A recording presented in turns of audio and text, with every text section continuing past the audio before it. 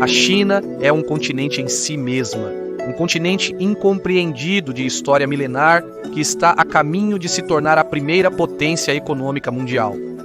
Mas há poucas décadas era um país rural que muitos no Ocidente viam como uma nação pobre do terceiro mundo. Muito foi escrito sobre Xinjiang ou sobre Mao Zedong, mas não tanto sobre o homem no meio desses dois, que foi o instrumento preferido para que a China conseguisse essa transformação vertiginosa. Estamos falando de Deng Xiaoping, talvez o estadista mais eficaz do século XX.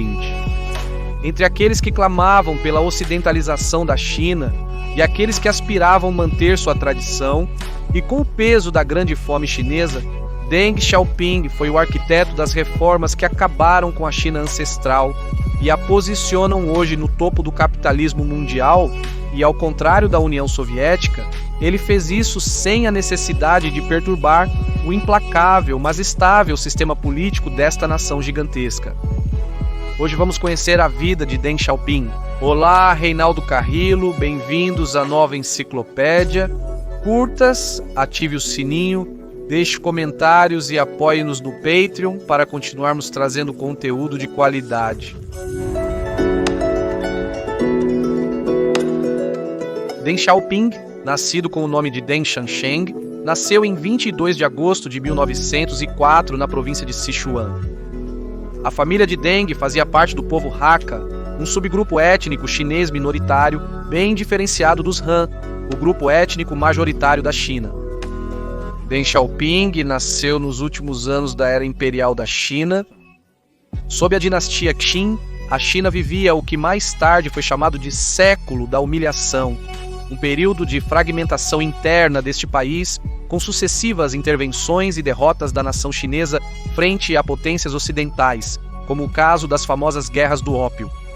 Açoitados por influências estrangeiras e incapazes de manter a ordem interna, a dinastia Qin finalmente é derrubada em 1912 e é fundada a República da China, um clamor que vinha de nacionalistas, comunistas e outros revolucionários. O pai de Deng, Deng Wenming, era um proprietário de terras formado na Universidade de Direito e Ciências Políticas de Chengdu. Sua mãe, de sobrenome Deng, morreu cedo na vida de Deng, com quem tinha outros 6 irmãos. Deng começou seus estudos em uma idade precoce e seu tutor mudaria seu nome de Deng para Xixiang. Em 1919, já com 15 anos de idade, Deng se formou na escola na cidade de Chongqing. No mesmo ano, ele e 80 colegas de estudo viajaram de barco para a França para participar do movimento de trabalho diligente e estudo frugal, um programa de trabalho e estudo no exterior. Seu primeiro trabalho na França foi como instalador em uma fábrica de ferro e aço ao noroeste de Paris, para onde se mudou em abril de 1921. Naquele subúrbio de Paris, Deng conheceu e começou a se reunir com alguns proeminentes e futuros líderes do Partido Comunista Chinês. E em junho de 1923, ele se juntou à Liga Juvenil Comunista Chinesa na Europa. Posteriormente, já em 1924, ele se juntou ao ascendente Partido Comunista da China e, tão logo chegou, tornou-se um dos principais membros do ramo geral desse partido na Europa. 2 anos depois, Deng se mudaria para a União Soviética para estudar na Universidade Sun Yat-sen de Moscou, uma universidade da Internacional Comunista, que funcionou como um campo de treinamento para os revolucionários chineses, tanto do Partido Nacionalista chamado Kuomintang, quanto do Partido Comunista da China. Embora a República da China tenha sido fundada em 1912, desde 1916, o país se fragmenta mais do que já estava em territórios controlados por caudilhos militares. Durante os anos 20, o governo central de Pequim dominava uma zona muito reduzida do território chinês, que, vale dizer, era um país fundamentalmente agrícola. No final de 1927, Deng retorna à China e se junta ao exército de Feng Yuqiang, um líder militar no nordeste da China que estava lutando contra outros líderes locais da região. O Kuomintang, ou Partido Nacionalista, era liderado pelo respeitado Sun Yat-sen, que no início do século XX era um dos que havia estabelecido a República da China. O Kuomintang, por um tempo, compartilhou visões com o Partido Comunista Chinês, que foi fundado algum tempo depois. No entanto, Sun Yat-sen após viajar para Moscou e se aprofundar na doutrina marxista, concluiu que o comunismo não era o melhor caminho para uma China unificada. Sun morreria em 1925 e o renomado Chiang Kai-shek assumiria as rédeas do partido e da república. Chiang Kai-shek iniciou uma campanha militar para unificar o país e acabar com os senhores da guerra. Enquanto Chiang Kai-shek tentava controlar o norte do país no que foi chamado de Expedição do Norte, o Partido Nacionalista romperia relações com o Partido Comunista e ordenaria o que foi chamado de Purga de 12 de abril de 1927, onde foram capturados ou terminaram com a vida de dezenas de milhares de comunistas. Este fato catalisou o início da Guerra Civil Chinesa. Foi durante a Guerra Civil que Deng Xiaoping, que compensava sua baixa estatura com uma grande inteligência, astúcia silenciosa e mente fria, começou a subir no partido e a ganhar liderança. Além disso, foi neste momento que ele mesmo começaria a se chamar e se apresentar como Deng Xiaoping e não como Deng Xixiang. Deng lutou contra o exército do Partido Nacionalista em diversas cidades e frentes na China. Ele se estabeleceu primeiramente em Wuhan, quartel-general dos comunistas. Lá ele conhece Mao Zedong e outros líderes proeminentes do Partido Comunista que posteriormente governariam o país. Chiang Kai-shek era superior em armas e em homens e varreu grandes áreas do país. Após várias derrotas comunistas, Deng conseguiu fugir de Guangxi e apareceu em Xangai em 1931. Muitos de seus detratores o acusam de ter desertado covardemente da batalha para ir a Xangai. Isso pesaria durante a Revolução Cultural, mas isso veremos mais adiante. Ele partiria de Xangai para Jiangxi. Lá estavam entrincheirados os comunistas liderados por Mao Zedong. Mao via que a base de sua luta deveriam ser os camponeses, por isso se afastou da retórica marxista-leninista soviética da luta proletária urbana contra a burguesia. Chiang Kai-shek decidiu atacar este último reduto de comunistas em Jiangxi. Cercados pelo exército mais poderoso da República da China, os comunistas foram forçados a fugir e evacuar a cidade. Assim começou o que é conhecido como a Grande Marcha. Cerca de 100 mil homens saíram de Jiangxi e a marcha terminou um ano depois, quando apenas entre 8 mil e 9 mil sobreviventes, incluindo Deng Xiaoping, chegaram à província nortenha de Shanxi. Este evento foi extremamente importante porque garantiu a sobrevivência do Partido Comunista. Consolidou a liderança de Mao, que assumiria a presidência do partido, e também transformou Deng Xiaoping em uma figura proeminente entre seus camaradas. De várias batalhas, lideradas por Deng Xiaoping, os comunistas colocam o norte do país sob seu comando. No entanto, a guerra civil teve que ser pausada, pois em 1937 os japoneses invadiram o país. Tanto o Kuomintang quanto o Partido Comunista chegam a um cessar-fogo para ambos se concentrarem em derrotar o exército invasor. Durante a Segunda Guerra Mundial, Deng era visto por seus aliados como um veterano revolucionário muito respeitado, por sua luta contra o Japão e por sua liderança durante a Longa Marcha. Finalmente, o combate dos Estados Unidos e da União Soviética contra o Japão resultou na saída dos japoneses do território chinês em 1945. Deng viajaria para Chongqing para negociar um armistício com Chiang Kai-shek. No entanto, apesar da mediação soviética e americana, as conversas falharam e as hostilidades começaram novamente entre nacionalistas e comunistas. Mas a invasão japonesa havia mudado a correlação de forças, desgastando os nacionalistas e permitindo aos comunistas a oportunidade de reagrupar forças no norte. O Kuomintang se estabeleceu na cidade de Nanking e a fez a capital da república, mas seus exércitos, cansados da luta contra o Japão, não tinham as forças necessárias para lutar contra os comunistas, que há algum tempo vinham se apoderando das zonas rurais, aplicando técnicas implacáveis de guerra de guerrilhas, cortando linhas de suprimento das grandes cidades que estavam nas mãos dos nacionalistas. Após várias vitórias, nas quais Deng desempenhou um papel-chave, em 1º de outubro de 1949, foi proclamada a República Popular da China em Pequim, sob o comando de Mao Zedong. No entanto, os territórios do sul ainda estavam nas mãos dos nacionalistas. Deng ficou encarregado da campanha de pacificação do sul e, Aos poucos, o Kuomintang foi obrigado a abandonar suas grandes cidades. O exército comunista, agora oficialmente chamado de Exército Popular de Libertação da China, reprimiu qualquer resistência nacionalista, obrigando o Kuomintang a fugir para a ilha de Taiwan. Já com o Kuomintang fora da equação, a guerra civil dos comunistas chineses, Mao Zedong se impõe assim entre os comunistas chineses. Mao Zedong se impõe assim em um país de 600 milhões de pessoas e acaba com um longo período de governos centrais fracos e fragmentação nacional.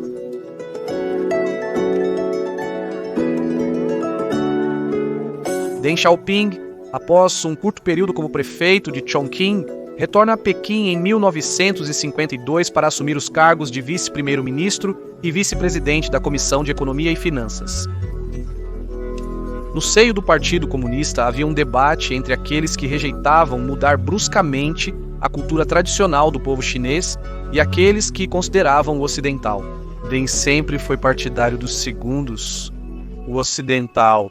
Deng sempre foi partidário dos segundos. A Ascensão e Cinco já faziam parte do Comitê Permanente do Burô Político, ou seja, o ápice do poder da República Popular da China.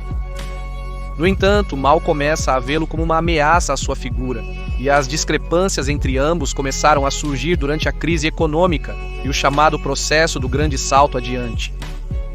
Durante os primeiros anos do governo comunista, a China dependeu muito do apoio econômico da União Soviética, apesar das relações tensas. Mao estava preocupado com a imensa dívida que estava adquirindo com a industrialização nas cidades. Mao decidiu que era a hora da industrialização nas cidades. Mao decidiu que era hora da China avançar sozinha com um plano econômico que ele chamou de Grande Salto Adiante. Isso consistiu na coletivização do campo através de comunas, comunidades econômicas autossustentáveis, a limitação ou proibição da agricultura privada e também o plano de unir pequenas e médias empresas com as grandes indústrias. Buscava-se uma transformação ordenada da economia chinesa, de agrária para industrial moderna, sem negligenciar o campo. O plano econômico foi desastroso. Destroços. A produção agrícola não foi a esperada e o aço produzido pelas comunas era de péssima qualidade, nem sequer podia ser utilizado. O plano resultou em importantes reduções na produção de grãos, na produção de algodão, na produção se um aumento da inflação e da escassez de bens essenciais, seguido de um assédio do governo aos de debacle, juntamente com outros fatores, resultou na chamada Grande Debacle. Juntamente com outros fatores, resultou na chamada Grande Fome Chinesa, um caos econômico sem precedentes, onde milhões de pessoas morreram de inanição. Os números, dependendo das fontes, variam entre 5 e 5 milhões de chineses falecidos. Esta grave crise causou uma ruptura no Partido Comunista. Começaram a surgir críticas a Mao dentro do partido, principalmente dos setores afins a Deng Xiaoping, que naquele momento era a mão direita de Liu Shaoqi, o principal rival de Mao Zedong, que promovia dar de crise de 1962. Mao perde a crise em 1962. Mao perde a de ceder a presidência do mesmo e da República a Liu Shaoqi. Entre 62 e 66, Liu Shaoqi e Deng Xiaoping começam a aplicar leves reformas econômicas. No entanto, Mao passou para a ofensiva. Embora tenha perdido seu cargo como chefe de Estado, ainda mantinha a lealdade das forças repressivas e dos quadros mais jovens, que adoravam sua figura. Foi assim que Mao Zedong lançou a chamada Revolução Cultural, na qual as forças de milhares de acusados como direitistas, antirrevolucionários e traidores foram perseguidos, incluindo muitos membros do partido críticos a Mao, entre eles Deng Xiaoping, que foi removido de seus cargos e trabalhou em uma oficina de tratores. Liu Shaoqi, onde trabalhou em uma oficina de tratores. Liu Shaoqi, por sua vez, que era presidente e aliado de Deng, foi preso em 1968 e morreria torturado na prisão. Mao retoma o poder, mas Deng Xiaoping ainda era um homem influente na política do país. Então ele se desculparia e ofereceria lealdade a Mao, que lhe permite voltar a Pequim e assim recupera seus cargos políticos. E embora não tivesse a influência nem o poder que tinha antes da Revolução Cultural, ainda era uma das figuras que se perfilava como sucessor de Mao. Mao, assim como Stalin, morre no poder em 1976 e deixa Hua Guofeng como sucessor, um político fraco dentro do partido. Começa uma disputa entre líderes maoístas e Deng Xiaoping, que novamente foi destituído de seus cargos. Por sua vez, a China recebia cada vez mais influência de grupos econômicos ocidentais que viam na China um grande espaço para negócios e clamavam por sua abertura, como a Fundação Rockefeller, que já havia décadas aumentando sua presença em instituições financeiras, científicas e acadêmicas da China. Hua Feng não consegue consolidar a liderança e os membros mais críticos a Hua Guofeng viam em Deng Xiaoping uma figura estabilizadora que, desde seu partido, Deng voltaria a Pequim e o 22 do partido. Deng voltaria a Pequim e no 22 de julho de 1977 retorna ao governo do Burô Político, vice-presidente da Comissão Militar e chefe do Estado-Maior do Exército Popular de Libertação. Consolidado novamente, Deng seria o grande facilitador das reformas que mudariam a China para sempre.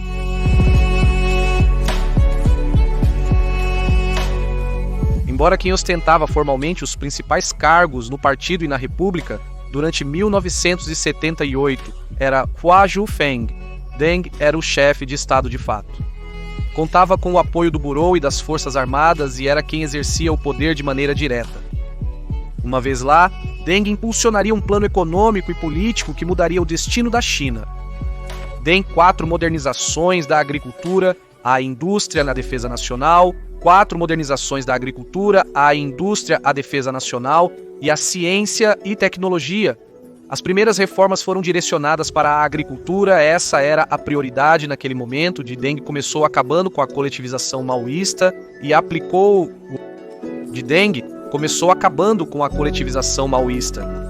o chamado sistema de responsabilidade na produção por meio de contrato familiar, com rendimentos em função do desempenho, ou seja, as antigas ou pessoais.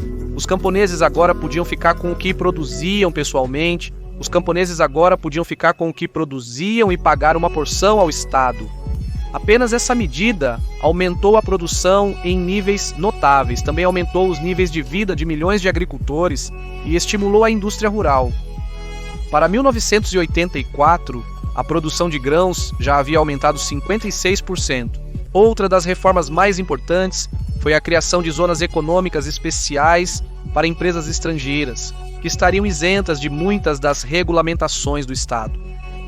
Nessas zonas especiais, as transnacionais podiam se estabelecer e operar sob suas próprias normas trabalhistas.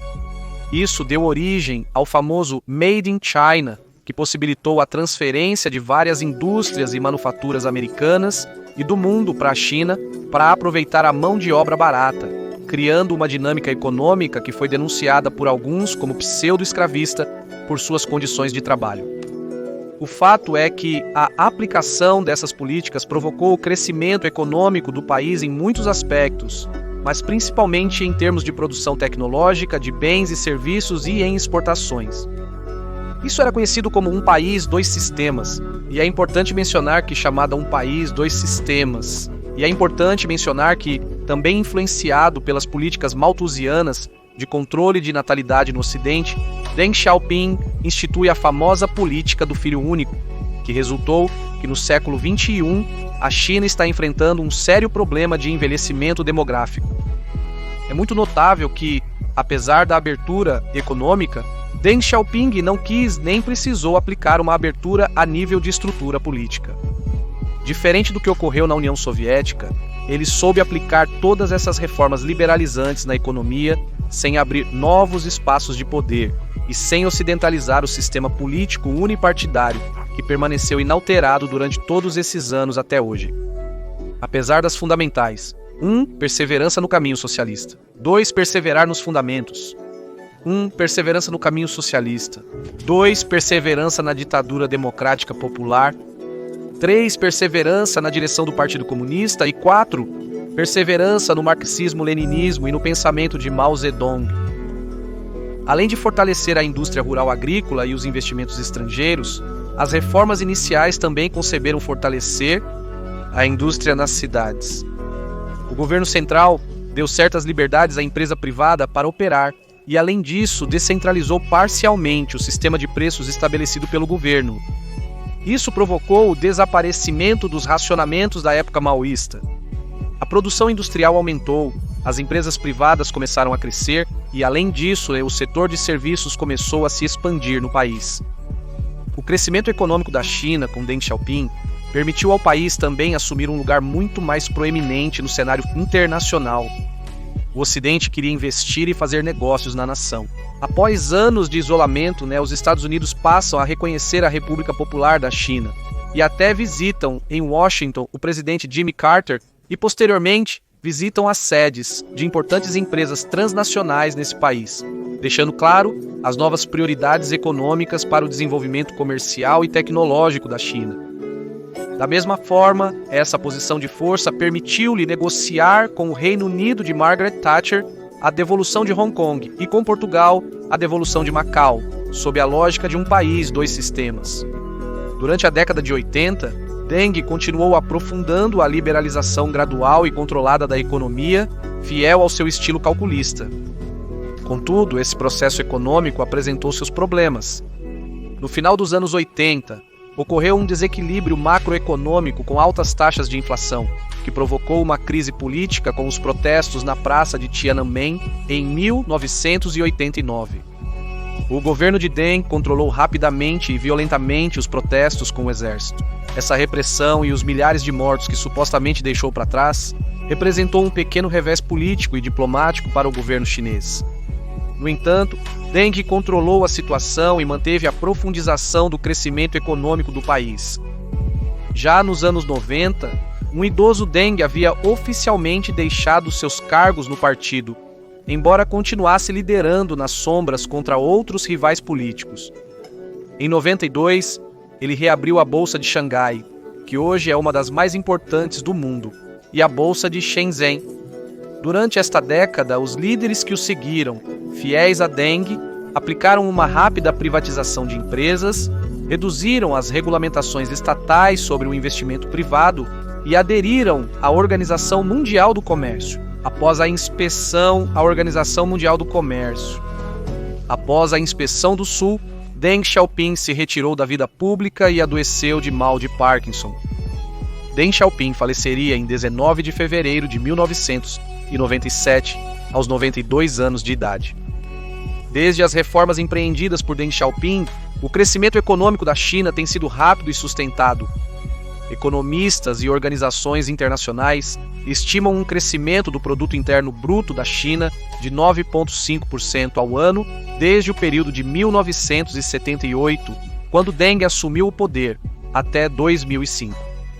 Desde a aplicação das reformas, o produto interno bruto da China multiplicou-se por 10.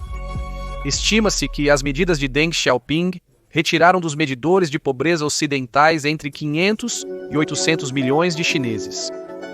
Também surgiram nostálgicos da velha China, a de Mao e a China imperial, que já não reconhecem um povo chinês soberano diferenciado do resto do Ocidente. Em resposta a isso, Xi Jinping teve uma política voltada para recuperar antigos símbolos e tradições chinesas. O caso chinês é de interesse no mundo, pois renega as formas democráticas e parlamentares ao estilo ocidental ao mesmo tempo que prospera economicamente e mantém uma inquestionável estabilidade política. Devido ao caráter não democrático de seu governo, no Ocidente não se fala sobre o legado de Deng Xiaoping, que com os números anteriores poderia ser catalogado como um dos estadistas mais eficazes do século XX. Fala-se mais de Mao Zedong, que foi o líder durante a guerra e quem unificou a China, e até mesmo de Xi Jinping, o atual presidente da China, que consolidou seu poder como nenhum outro líder e que colocou o país para competir de igual para igual com os Estados Unidos nos frontes econômicos, diplomáticos e até tecnológicos. No entanto, isso hoje seria impossível sem as reformas e a visão possibilitadas por Deng Xiaoping. Falou Reinaldo Carrillo, isso é a Nova Enciclopédia. Espero que tenham gostado deste vídeo. Não se esqueçam de se inscrever no canal. deixar seus comentários, dar um like e ativar o sininho e nos seguir na nossa conta do Instagram, @anovaenciclopédia. Obrigado.